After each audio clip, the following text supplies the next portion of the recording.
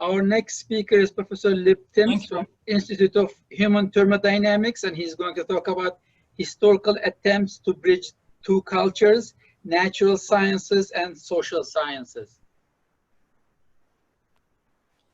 How are we doing, everybody? Can everybody see my screen share good? Yes, yes, Libb. Okay. This talk was suggested by Ram Podol this month on to give an historical overview of attempts to bridge the natural sciences and the social sciences.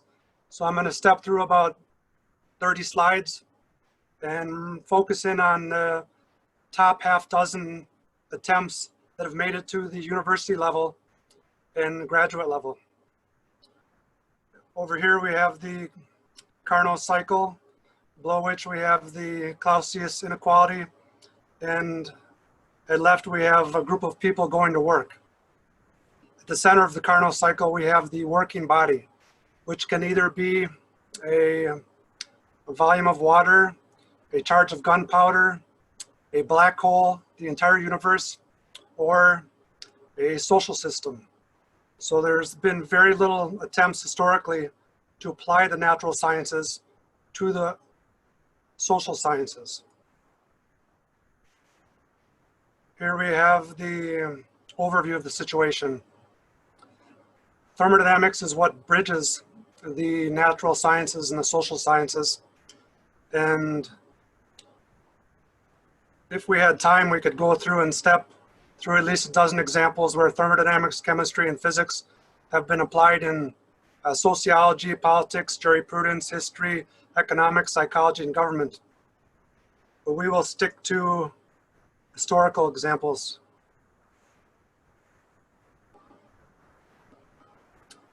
So in 1739, David Hume introduced the term science of man from his treatise on human nature, an attempt to introduce the experimental method into the reasoning of moral subjects. In 1809, Goethe introduced his human chemical theory. In 1882, Auguste Comte introduced social physics. In 1835, Adolf Quetelet introduced human physics. In 1882, Helmholtz proved that the chemical affinities or forces of micro interactions, whether between people or between chemicals in a test tube, are measured by the free energy change of the system. And finally, in 1874, Florence Nightingale lobbied for 2 decades to have Adolf Quetelet's human physics used as a basis to establish a chair of social physics in Oxford. So Quetelet was her mentor, so to say, and she said during his passing that we should use Quetelet's social physics to establish a course at Oxford upon which social and political philosophy, administrative, legislative, theodic, and government can be founded. Here's some examples of the topics she wanted to use social physics to address. The effects of schooling, for example, in respect to crime decrease, the results of legal punishment in respect to actually deterring crime, and the effects of charity and workhouses. In the end, Benjamin Joliet, Oxford administrator, said he would leave money for the chair, and the chair should be named after her father and called the Nightingale Chair. Alfred Marshall said the government ought to do it, and by 1891, Nightingale offered to give it the equivalent of $100,000 for the chair, and Galton, however, said he would only use the money for a few essays, and the project stalled out. So to this day, there is no chair of social physics anywhere in the world or at Oxford, let alone a chair of social chemistry or social thermodynamics. Now, in modern terms, the cost to buy a chair is about $2.2 million. So for example, in 2016, Louis Apiganani, shown at right here, who is a beauty school mogul, established America's first chair of atheism, humanism, and secular ethics. So here we see an example of David Hume's proposal to use the experimental method to study moral subjects. So the reason I bring this up, to interject quickly, is that since 2013, I've been working vicariously to establish a Nightingale Chair of Physical-Chemical Humanities. In 2013, you can see a relative grouping of 12 people who would run this chair. Leon Warshaw said he would contribute. He's a sociologist that knows about physics applied in sociology.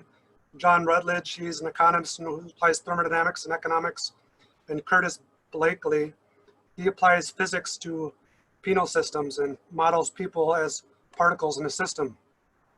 So I've approached the Bill Gates and Melinda Gates Foundation about this.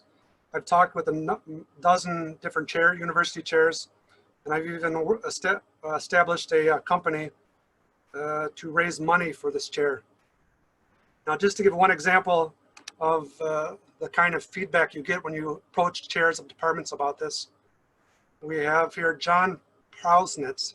He's one of the chief chemical engineers at Berkeley, which is the leading chemical thermodynamics school in the one of the leading schools in the country. And he says that the idea or proposal to establish a two cultures chair at Berkeley would not be appreciated. He says, in the social sciences and in the humanities, thermodynamics may be useful as an analogy, as a suggestion for looking at a problem, for example, information theory. But he says, I see little use of thermodynamics outside of science. So this is the kind, his objection, if you dig into his published work, is theological, and he has anthropomorphic objections to the idea of using thermodynamics. Moving forward,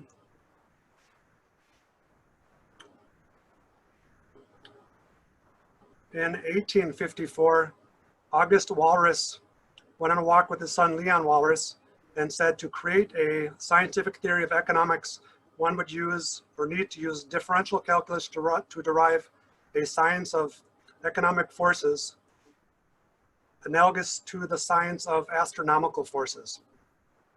And his project initiated the Lucien School of Physical Economics, whose members included Vilfredo Pareto and Maffeo Pantaloni.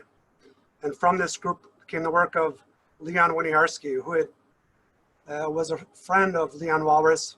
And for 6 years at the University of Geneva, he taught pure and applied political economics and social mechanics to students using the Clausius inequality for a cyclical process in a reversible sense. In 1902, Ernest Solvay, who obtained a large amount of money for the Solvay process, founded the Institute of Sociology, whose members included Vilfredo Pareto, philosopher John Dewey, and economist Joseph Schumpeter.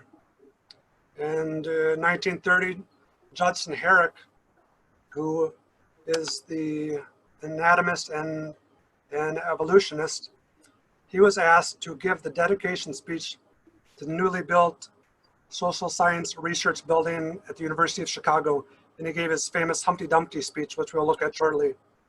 And finally, in 1932, Lawrence Henderson, a physiologist, unified Darwin, Gibbs, and Pareto to found what's called the Harvard-Pareto Circle, and also he taught a Sociology 23 course at Harvard for a period of about 5 years. And here's an example from Winiarski's course on social mechanics, which is something we don't see anymore in the world. He wrote a book called Essay on Social Mechanics, which he used as the principal teaching textbook of his course. And in his book, he says, the energy of social transformation is submitted to the same laws as the energy of the universe. These are the laws of thermodynamics. He says, for example, just as any movement of mass of the universe is accompanied by the production of heat, so are the masses of society transformed into mental phenomenon of different kind.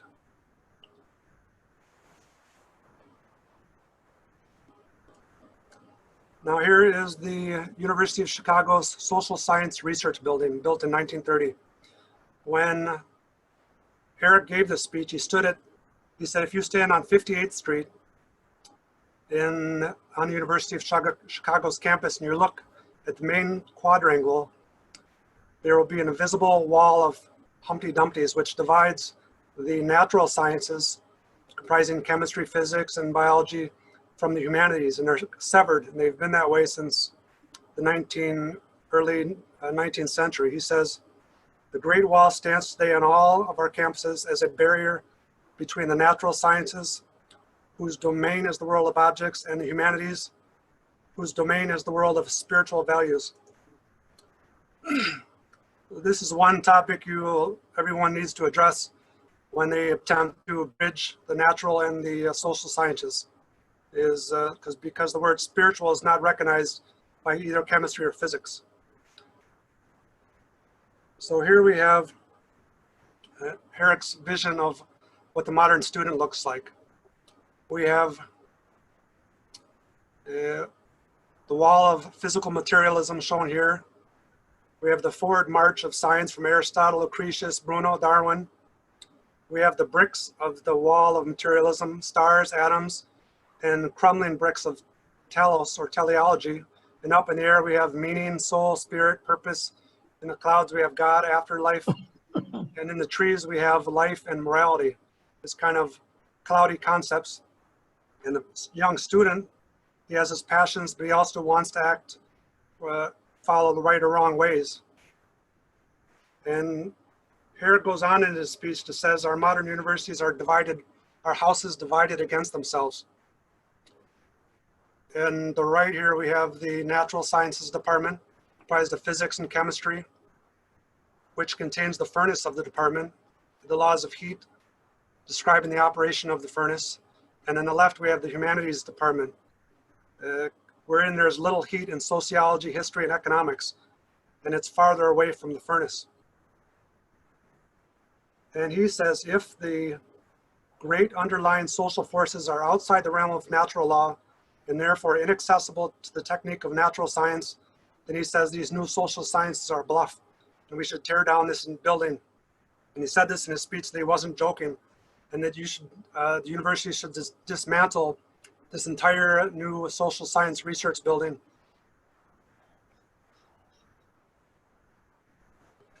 Moving forward, we are at the Harvard Pareto Circle.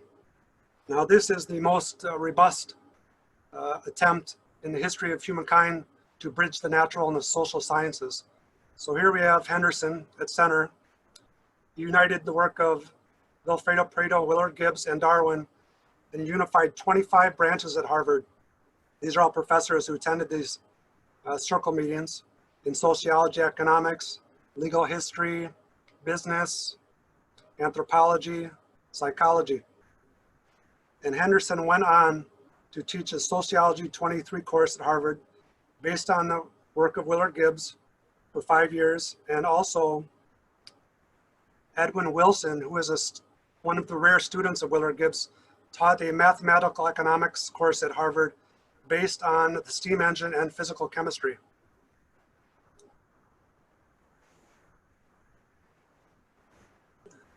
Just to go through one example from Henderson's Sociology 23 course, which is the lecture notes of which are found in this book, L.J. Henderson on the Social System. And right here, he has A, B, and C. Capital letters are 3 people in the social system. Small letters A, B, and C in the corners are the structure of the social system. The numbers 1 through 6 are the social bands or forces that connect the people in the social system. And he uses a box spring model to state that if you push on person A or species A, that it will move the person C and B through these connected bands, just as if a hand was pushing on one spring in a mattress. And he says from this model, we can do away with the models, the ancient models of causality, of a cause and effect, and replace them from the point of view of physical chemistry in terms of changes of initial state to final state.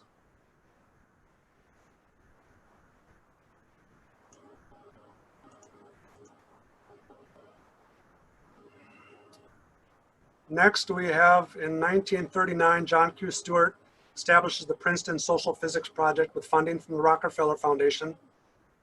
George Scott at the University of South Dakota initiates a two cultures department based on the ideas of C.P. Snow.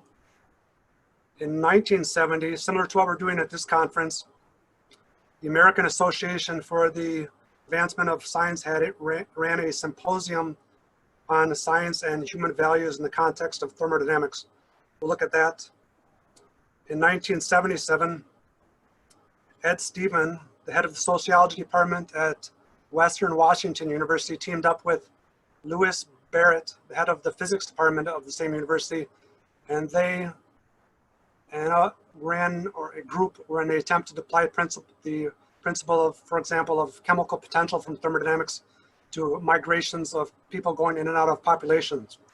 And finally, in 1992, Jürgen Memkes, a physicist he was the head of the physics department at Paderborn University, in the wake of the Solagen arson attacks in 1982, where Turkish immigrants came into Germany and were being burned and murdered by Nazi youth. He assembled the entire physics department and said, we need to do something about this and theoretically try to understand society in terms of physics, chemistry, and thermodynamics. And now here we have a snapshot of the social physics project at Princeton from Stewart's 1953 remarks on the current state of social physics. He has his human thermodynamics variables table here, and he has his characteristic function or combined law of thermodynamics. So for example, the group here is comprised of three physicists, Percy Bridgman, sociologist Stuart Dodd, and Raymond Bassett. His first variable here is meant to model or capture the idea of internal energy sociologically speaking. So he has F, the intensive factor, multiplied by an extensive variable. The C, decisions, gives them a function of the internal energy of the system. Now, one thing we have to note here is in respect to funding, when the group here began to model human decision-making and thermodynamically, a Rockefeller Foundation cut their funding because the decisions are supposedly something that's beyond the natural sciences. And we'll look at that.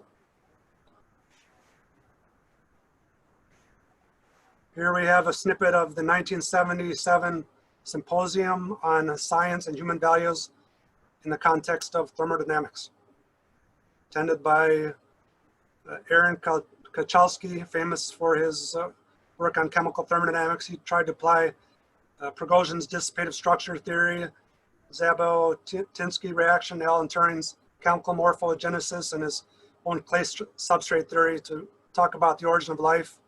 Bruce Lindsay talked about his thermodynamic imperative.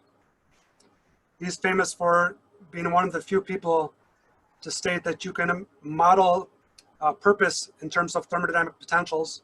And Csikszentmihalyi was at the conference as well, and he's famous for using Freudian psychothermodynamics to model flow states and creative stages of famous people.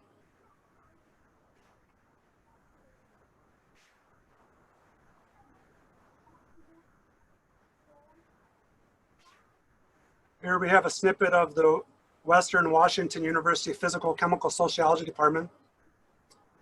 They ask, do humans have something like a chemical potential, some sort of bonding potential? They asked, at the level of particles, if temperature is just the velocity of movement, is it the case in the social system that temperature is equivalent to the movement of technologies or of transportations and communications? They developed their leaky rain barrel model of society, wherein they used the chemical potential multiplied by the mass of either people migrating into society or people migrating out. moving forward to our last timeline here. In 2002, the German Physical Society acknowledged social physics as an actual branch of science. In 2005 in Romania, Georgi Savu, an economist, and Ion Simian, a physicist, teamed up to found at their University of PITESTI an econophysics, sociophysics, and multidisciplinary sciences department, journal, and they ran annual conferences. Here's myself. Since 2005, I started the Journal of Human Thermodynamics. Ran for 10 years. I've been lecturing at universities to engineering classes since 2010, and I've been working on attempting to found a two cultures department since 2013. And over here we have what's something that's very interesting. At the University of Korea in 2008, for the course of 5 years, they offered a graduate school 3-credit course on social thermodynamics. The only example I know of in human history, but the details of their course is wanting, and all we know about it is that it's based on, they use general systems theory, which is hardly thermodynamics. It's kind of like a melting pot theory. In 2016, we had the Biophysical Economics Conference. So I know a lot of you who are speaking today were at that conference. Now here's a snippet of the University of PITESTI School of Socio-ECONO-PHYSICS. And here I visited their group in 2013 to study their operation of their system.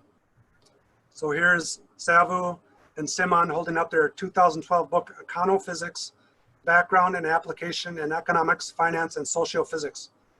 And from their chapter 10.5, they ask why, or they try to explain why thermodynamics-based sociophysics is absolutely necessary in all modern universities. And they go on to state that the thermodynamics models they are using, or they need to be implemented into modern universities applied to sociology and economics, are some of the work that we've seen in Jürgen Mimke's University of Paderborn School of Thermodynamics-based socio-economics. Now, one thing that's interesting about this group compared to America is that Romania 20 years earlier had just broken off or been freed from socialism and communism.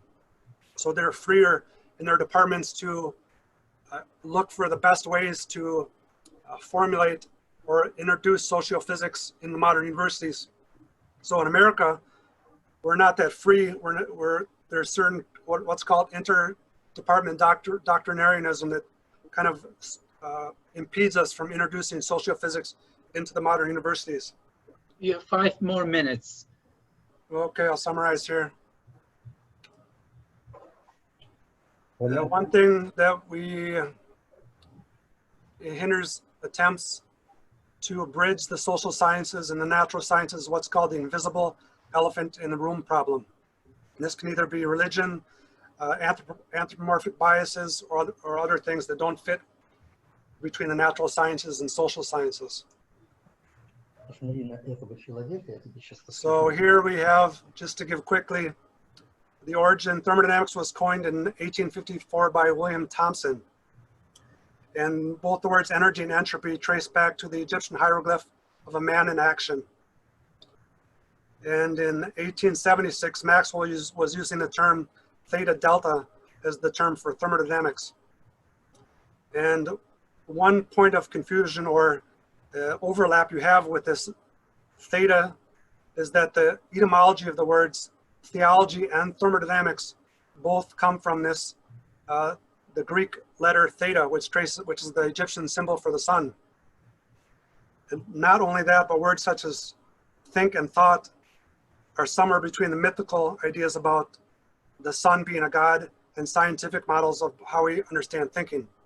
So when you teach a class on thermodynamics applied in either engineering or in the humanities, students are going to have a kind of an invisible elephant objection to this. So here's one example. Theta is also the Greek symbol for 9, the Greek representative in the Greek numeric system for the number 9, which is representative of the 9 gods of the Heliopolis creation myth.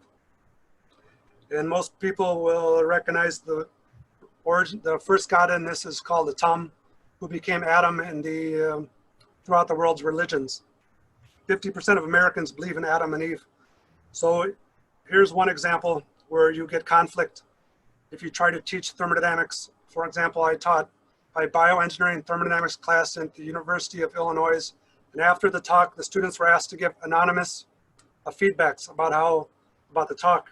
So one student writes, originally I thought the talk was going to be about thermodynamics applied physiologically. And he or she went on to say, I do not believe that thermodynamics can be applied to morals, love, the soul, or the mind. So we just saw here that we have conflict between the word thinking and thought, which are the roots of the mind, have mythological origins in terms of belief of the sun as a god. Now to quickly conclude, one thing that in all of these 4 different departments we've seen here, Henderson's Harvard Pareto Circle, the Princeton Social Physics, the Western Washington University's group, and the University of PITESTI's SOCIO-ECONO-PHYSICS, is none of these departments have lasted more than 1 generation. And there's always been resistance to trying to get these groups established as university department. And one of these is what's called doctrinaiре departmentalism. As John Q. Stewart says here, that sociology has their own doctrines, physics has their own doctrines, and if you try to bridge the two, you're going to get resistance from whatever department you're trying to overlap things into. Now,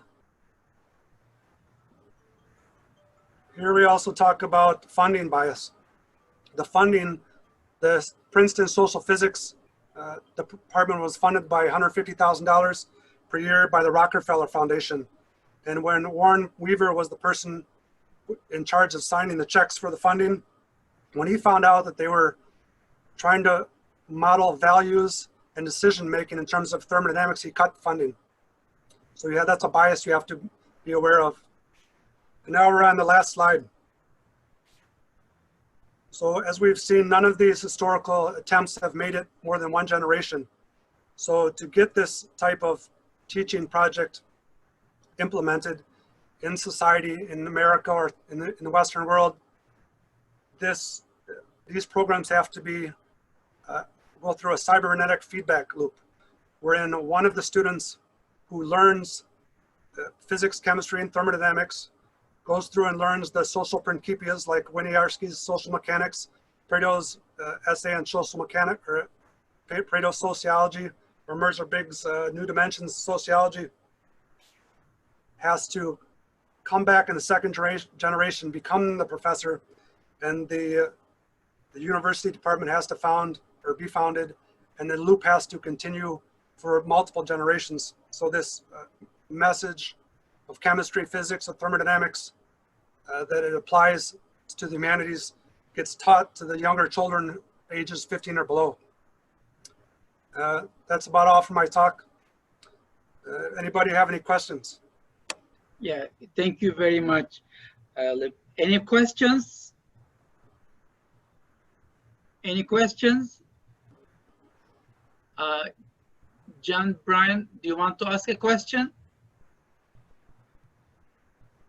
Okay. If I may. Yes, Shabna. So thank you, Libb.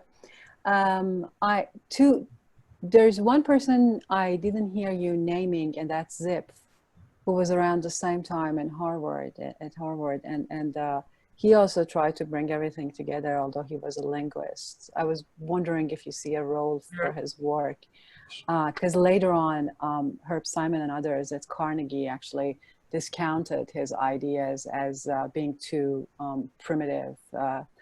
And the other thing is, from what I remember reading Pareto, is that his idea was, you know, in economics, we have been paying too much attention to values, especially at the social level. We have to leave that to law. and just do our work of exacting everything in terms of efficiency, and then leave the efficient outcome that we derive to others, such as our colleagues in law, to decide how to morally allocate them and move forward with them. So if you can reflect on these two, I would really appreciate that. Sure. Well, you're talking about ZIP and the principle of least action. Yeah. Like I said, I was looking at more for, there's probably 100 examples that I could, if the talk was longer, I could have gone through all examples like that. These are ones where I've known where the project actually made it to the level where students were being taught. So for example, if this department was founded, the professors would introduce ZIF as a portion of the class. As a certain, maybe a day they would give a lecture on that. And then in respect to Pareto, I guess what you're saying is about pretty much correct. I haven't read through his full book yet on sociology, but his idea was to take the models of rational mechanics, physics, chemistry. He didn't use thermodynamics so much, but use those as a basis for thermodynamics, that we could understand society better like we do understand the cosmos. And I guess to the rest of the question, I'm not sure about what he has to say about leaving the moral decisions to people higher up, but I think I'd have to undecided on that one. Okay, from what I understand is that you are promoting sort of a unification and bringing together the two sides by referring to the elephant in the room. And my recollection of what Pareto was doing and that tradition is that they actually were trying very hard to decompose and say, this is what we do as engineers. He was an engineer by training, and then we get the answer, so to say, and then give it to people who do the soft work. Well, I guess maybe that was Pareto, but I don't think that was the message that Henderson was using. Henderson was referencing using Pareto and saying that this applies throughout sociology, and we can also explain evolution by a mixture of Gibbs and Pareto. And I think his message was that this applies through all the departments in the university. Yeah, definitely Stuart was doing the same thing. Thank you. I don't want to take up too much time. Thanks for your talk. It was great. Sure. Okay, I will conclude this session here. Libb, just a moment. Sure. How are you doing? Yes, Good to see you. Okay. Nice to see your face. Yes, Libb, yes. I'm very impressed by your presentation. Yes, I liked it very much. Yes, and I'd like to ask you only one question. Why did you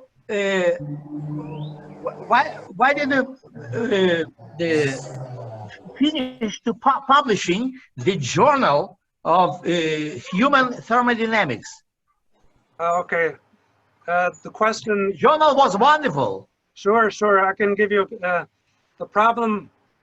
The problem with that is I worked on a journal for 10 years, and it was growing to the point where I was one person running the journal. I had to edit the articles, format the articles, and then I had to send the articles out to get. We did a group public peer review process, and so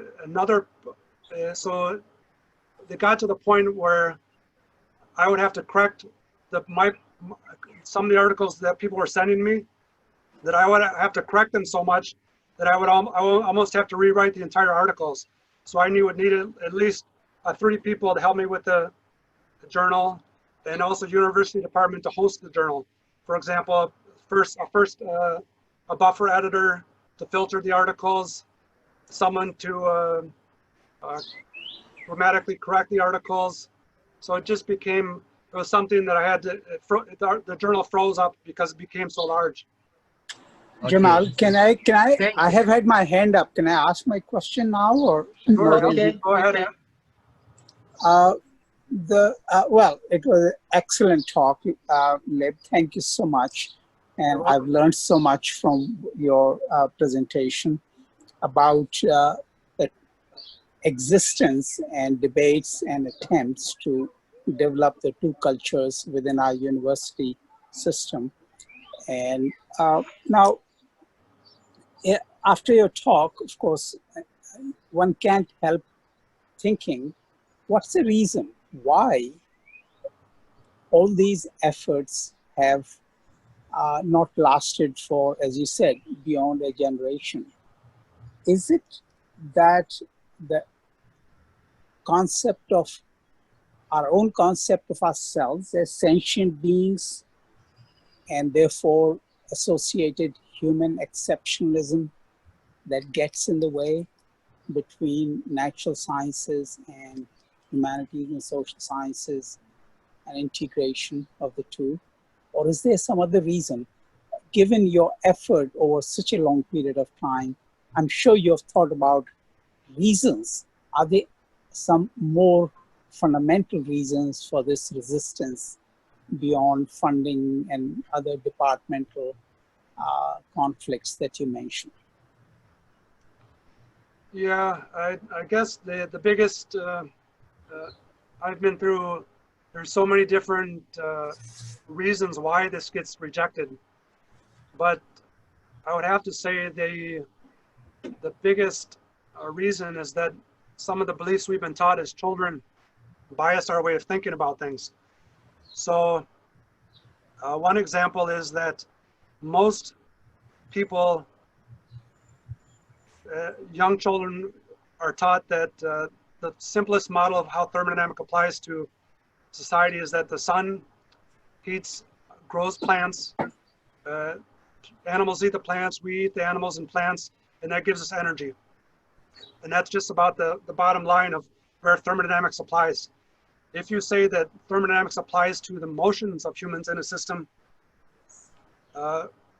ancient dogma that goes back 5,000 years, for example, why a person, what does a person move themselves, or are they moved around by forces similar to atoms and molecules or chemicals reacting together? So that